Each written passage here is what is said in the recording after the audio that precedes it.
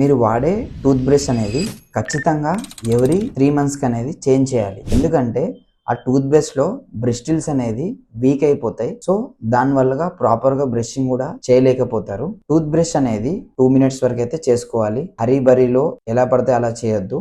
దానికి టెక్నిక్స్ ఉంటాయి. ఆ టెక్నిక్స్ ఫాలో అవ్వాలి. అండ్ ఆల్ సైడ్స్ కూడా నీట్గా చేసుకోవాలి. అండ్ ఆ తర్వాత టంగ్ క్లీనర్తో నీట్గా క్లీన్ చేసుకోవాలి. టూత్ పేస్ట్ చేంజ్ చేయాలా అంటే అది నెసరీ ఏం కాదు. ప్రాబ్లమ్స్ ఉన్న వాళ్ళైతే ఫ్లోరైడ్ కంటెంట్ ఉన్న టూత్ పేస్ట్ అయితే వాడండి. దాంట్లో బెస్ట్ ఏంటంటే సెన్సోడైన్ టూత్ పేస్ట్. ఈ టూత్ పేస్ట్ అనేది సెన్సిటివ్ వాళ్ళకి చాలా బెటర్ అండ్ డైలీ బేసిస్ కూడా చాలా మంచిది. దీంట్లో ఫ్లోరైడ్ కంటెంట్ ఉంటుంది. అది క్యావిటీస్ అండ్ మీకు డెంటల్ ప్రొటెక్షన్ కూడా చేస్తుంది. నెక్స్ట్ వచ్చేసి కోల్గేట్ టోటల్. ఇది కూడా ఆల్ ఏజెస్ కి వాడొచ్చు.